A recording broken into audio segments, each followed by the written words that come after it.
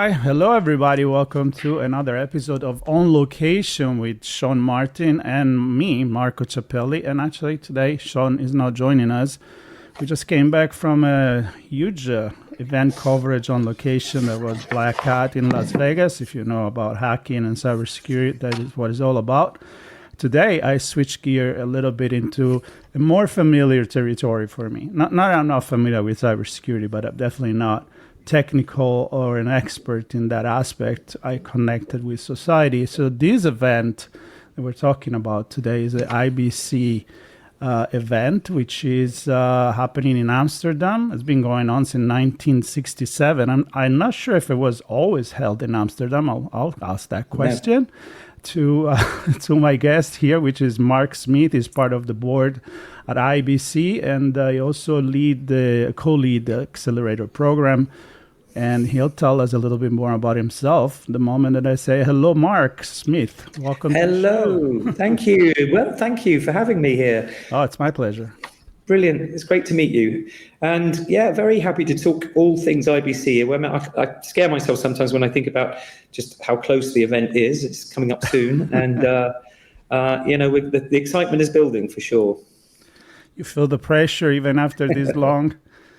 A nice pressure. It's excitement. It's a good thing. It's healthy. A little bit of pressure. If you go on stage and you're not a little bit nervous, you're doing something wrong, I think. Absolutely. I mean, it's for me, I've been steeped in the media, technology, entertainment world for more than 30 years. I won't talk about how long, but I was part of the GSMA, which, as you may not know, but it built the Mobile World Congress in Barcelona. Mm-hmm. And I was there for best part of 23 years. So created lots of things there. The Media Innovation Program was part of the team that acquired the Mobile World Congress.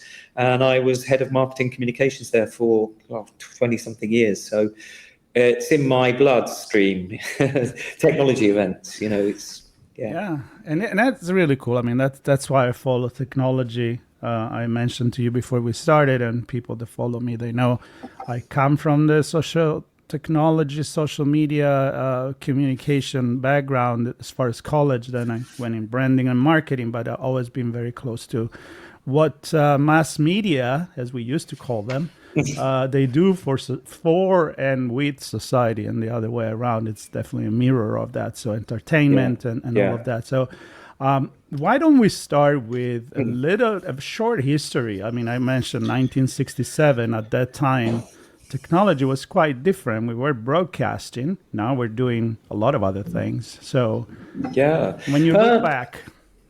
Yeah, I think, bigger than the show, though, is just the fact that television is 100 years old this year. The very first, there are differences of opinion about which was the format that won in the end. But I mean, it was, it was 1925 when I think John Logie Baird, who was a student at Strathclyde University in Glasgow, first demonstrated in the labs, the concept of television. And so that we're going to be actually celebrating that a little bit with some of the things we're doing at IBC this year. But yeah, you're right. The show began in 1967 in Brighton in the UK. And I don't know for how long it was there for before it moved.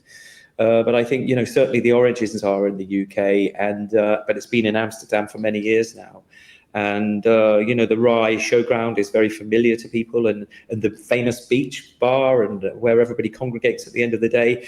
But, we've got 14 halls packed full of media and entertainment technology. It's, with 1,350 exhibitors that are going to be there this year. Amazing, nearly 300 speakers at the show, 45,000 visitors. I could talk a little bit about some of the different halls and what they'll be showcasing. For people that haven't been there, or people that wants to know maybe what has changed, what is new compared with the past few years, if there is anything that they should know. So the first I'll just talk through the halls. So if we've got 14 halls 1, 2, and 3 are all about delivery, distribution, and satellite technologies. Hall 4 and 5 are content everywhere, which is about streaming and OTT platforms and cloud services and cybersecurity and app development. The 6 and 7 are post-production, graphics, media production, data storage, that sort of thing.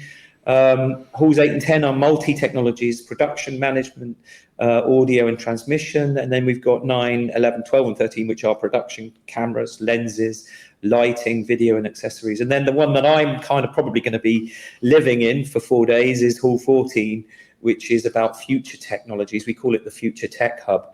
And it's all about AI and 5G and ad tech and blockchain and virtual production. And that's where we'll be that's where the home of the Accelerator Media Innovation Program will be, alongside the Future Tech stages, and then the Google Hackathon, Hackfest that's going to be in that hall as well. And then there are a number of outdoor exhibitors as well around Congress Square and outside Hall 13. So lots going on, and more than 45,000 visitors over the 4 days from the 12th to the 15th September. Yeah, I feel like if I'm going to come, and I'm kind of planning on it to be in Europe at the time, and definitely, I think I'll spend time in the same place where you are. I mean, due to my show talking about technology, society, and how they affect each other, obviously looking at what is coming and where we are, and what is allowed and how is it changing the way we produce content nowadays. Everybody is a content creator. I don't know if it's a good or a bad thing. I'm still trying to figure it out. But the point is that the technology is there, and it's doing things and allowing us to do things that we couldn't even think about 25, 30 years. Oh, my goodness. Even less in 1967. Although it was really cool at the time. 1969, we saw images from the moon. So that's pretty cool if you ask me. So anything that is striking you in terms of some innovation that really hit you this year? Well, I run the innovation program. Shall I talk a little bit about what that is, and then that will give you some context. You're connected with that. Yeah. So I started the program with a couple of colleagues back in 2019. Actually, it was just before the pandemic, and I think that was at a stage when the industry was really it accelerated literally the strategies around remote production. I mean, the pandemic kind of forced a lot of that, right, around remote production, decentralized production, and I think helped to accelerate the concept of cloud for media, for example. And there was, at that time, lots of disruptive technologies that were coming down the line, whether it was that move, the big picture, the move from a world of hardware to a world of digital software, IP, that transformative kind of pressure on the industry really did, I think, accelerate and fuel innovation. We saw all hosts of immersive technologies, whether it was AR, VR, mixed reality, immersive kind of HDR, and many of those things, whether it was the world of new forms and levels of connectivity from fiber and 5G in production to all sorts of other kind of regulatory challenges around OTT platforms versus traditional broadcast. So it was in a way, a kind of perfect storm of change. And that's why we created the Accelerator Media Innovation Program, to be a place where buyers and sellers of technology could come together to sort of lay out their challenges, lay out the things that keep them awake at night and things they wanted to learn about. And then we put a framework around it for collaboration. And I think everybody was talking about partnerships back then, but there was nowhere for that to happen. And I think that's why the Accelerator program has come into its own.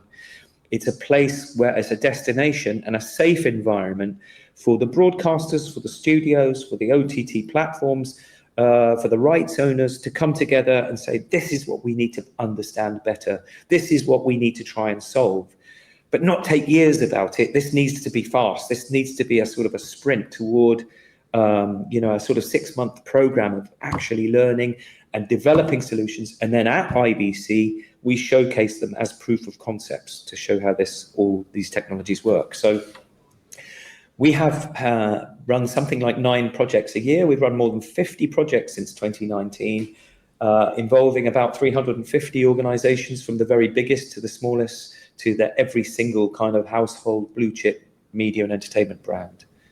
This year, the key challenges are around, obviously, AI. We've got projects that are looking at kind of a framework for generative AI that sort of enables broadcasters to efficiently create various types of media content, including scripts and highlights and short form videos and that sort of thing. AI assistant agents and agentic AI is really kind of hot this year. and that looks at AI-driven production systems that seamlessly integrate, control room workflows and things like that, enhancing live production with intelligent automation. We've got projects that are looking at ultra low latency, and companies like Comcast that are driving this, looking at how we can get broadcast like low latencies, glass to glass, from camera to screen, audience screen, in sort of sub 2 seconds over the internet, over the public internet. Big challenges like that.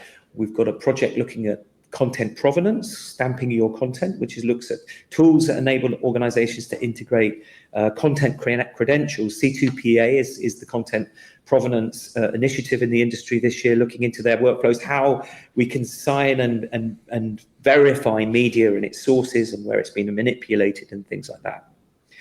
Then a number of other projects looking at things like private 5G. And we've seen projects in the accelerator program that have gone from the lab to the world's biggest sporting events of last year.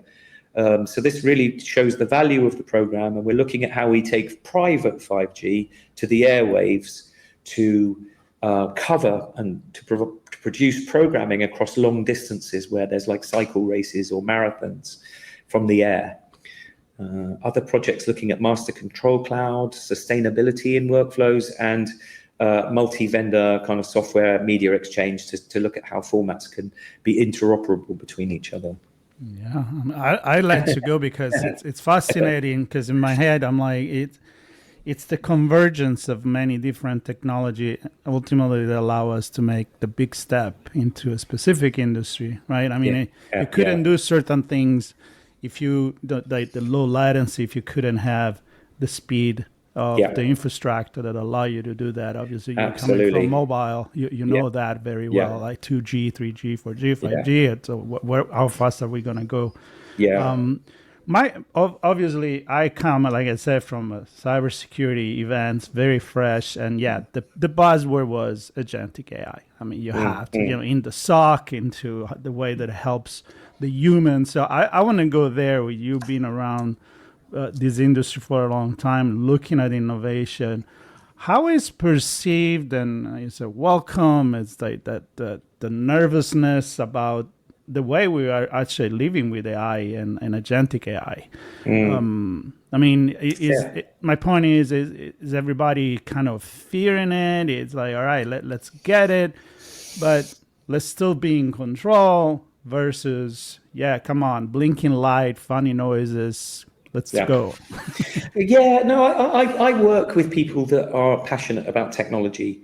And really passionate about innovation in the newsrooms, in the studios, and creative people as well, right? So they're kind of probably excited about this more than anything, because it's an opportunity to take out a lot of laborious processes, right? I think you think about how many processes in production tech. It's kind of quite boring, and can be in a newsroom environment, can be kind of detrimental to health sometimes, some of the content you're seeing. To be able to automate some of these things and to be able to take that boredom out of some of the processes, and actually it's creating jobs as well, right, in many ways. I mean, who would have thought that an AI prompter would be a job? But it really is, right? And you're having to prompt machines now and teach them to learn these processes. I see it as exciting. I see it as a way of revolutionizing the excitement of creating content and the ability to give you more creative choices, right? And to utilize and harness this technology. I think there's been a lot of fear, and I think it's all about whose hands these technologies are in, right? In the context of the world. And I think in my world and in the world of media, it's all about positive use of these technologies to change up the efficiency and the quality and the creativity of media. So I'm excited. The people I work with are all excited about it, and I think it's creating opportunities. I don't think we look at it as a negative. Yeah, I agree. Now, this is from the production, the industry side. As far as how it reflects into the other side of the screen, let's say the people that watch it. Are we creating? I remember a few years ago, and as the streaming industry started growing, even that was quite of a revolution in a way for the Of course. regular broadcasting. I'm saying regular and doing the air quotes, and the podcast not really working unless I say that. But kind of like the personalization of the way that people consume. I remember the idea in the sport, like you can choose the camera angle, you're your own director. I think there was an excitement about that. I don't know if people are actually enjoying doing it beside the first time, because actually in the end, I kind of want to trust the director and the guy and the person that is doing that. But what's the reception on the other side? I mean, is this innovation actually working to bring more fidelization to a certain show or program and form of entertainment? What's your take on that? Yeah, I think, it particularly plays well to sports and live sports. And I think live sports fans, for example, just eat this stuff up, right? If they can get different camera, I think absolutely.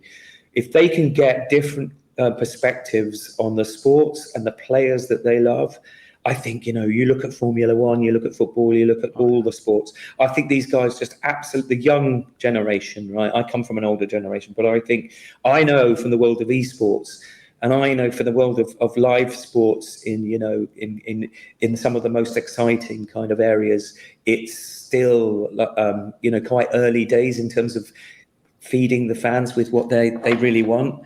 And I think there is some tremendous innovation still to come around some of this. And I think the more immersive fans, real fans, super fans can get, the more exciting it is. But I think there's other opportunities as well in different genres of content. But certainly, I think the live sports world is one that is still massively growing and still massively developing in terms of the way that it's creating content for fans. Mm-hmm. Is there an area? I believe you said that, but for like more. Like social media content creation, TikTok, of course. I mean, that's at this point is not a novelty anymore. It's the real form of entertainment. It's a real channel. I mean, I know people. It blows my mind. I'm quite old myself. When I was studying sociology of communication, internet was there, but it wasn't as popular. So read the newspaper. You talk about provenance, certifying the content, and I think that's where, when you don't have an editorial team, when you don't have a big name behind the publication or the broadcasting, that you kind of need to know, is it true, is it real, is it fake? Of course, yeah. I mean, it's interesting here in the UK. Our regulator is Ofcom, of course, and that regulates television. It regulates many things. The BBC. It regulates, communication, mobile, etc., and also some elements of online platforms. And now, Ofcom has just recently reported that YouTube is the second most viewed platform in the UK. And I think that speaks to the volumes, to the growth of streaming and user-generated content, right? Mm-hmm. But yes, absolutely, you're on the money there. That manipulation of content, fake news, manipulation of video, and all sorts of kind of creation of synthetic content is a worry and is a danger. But I think the human nature is that we always find a way to solve some of these problems, solve some of these challenges, to understand these things. And I think we're at the very beginning of an explosion, of course, in many of these things. And that's why the accelerator program is exciting, because we are working on some very specific, but I think very important forms of content, understanding content provenance, understanding the right the way through the value chain, from the creation of content to the management and storage of content, to the distribution of content, to the manipulation of that content. I think we're beginning now to develop ways to really better understand it and to better develop tools that can help users understand where that's come from, and just the value of and of course just the accuracy and the value and the provenance, the actual trust in that content is critical, more so now than ever.